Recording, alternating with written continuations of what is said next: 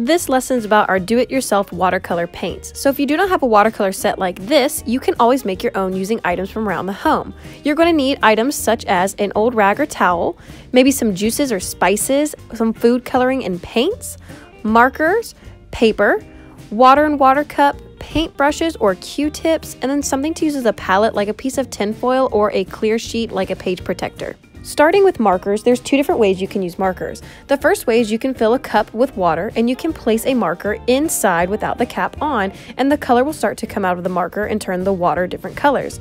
Here's a marker that I've left sitting overnight and all the color has come out and it's turned my water blue. This is a very light watercolor. If you want it darker, you would maybe want to try adding less water. It's a very transparent color. The other way that you can use markers is you can color patches on your tinfoil or clear sheet, add water to that color, and it turns it into liquid watercolor. These marker watercolors can be treated the same way as regular watercolor paints. The more water you add, the lighter the color gets, and it also helps to blend colors together. And I can see that these colors are definitely a lot brighter than the other method I did where I soaked the marker in water. The next material that I experimented with was food coloring. I added drops of food coloring onto my palette, used my wet brush, and painted it on the paper, and I could see that color was already a lot darker than my markers. I had 4 colors of food coloring. I had a blue, green, yellow, and red, and I painted all of those onto my paper so I could see how bright and vibrant they are.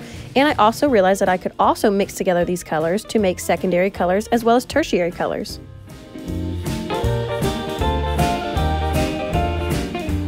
I can already tell that some of the materials that I'm going to use are going to cause them to be darker or lighter colors. So the next thing I experimented with was some tempera paint. I used a little bit of green tempera paint, scooped it out onto my palette, mixed some water onto it, and I began to paint with it like it was a watercolor paint. The more water I added to it, the easier it was able to blend and mix around, and I could see that it was lighter as well, like my marker watercolors. I even decided to get experimental with different juices, like my grape juice here and my coffee. I realized that I could paint with them without adding water to them because they're already in a liquid form.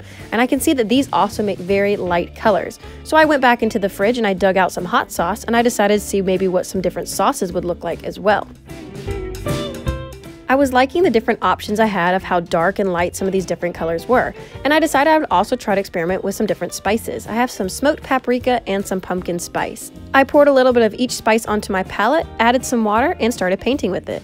I was really surprised that the paprika made such a pretty vibrant color, and I also liked that when I painted with the pumpkin spice, it left behind this grainy texture on the watercolor. So I could see again I had some more options of the different watercolors that I had made, some with texture, some lighter, and some darker.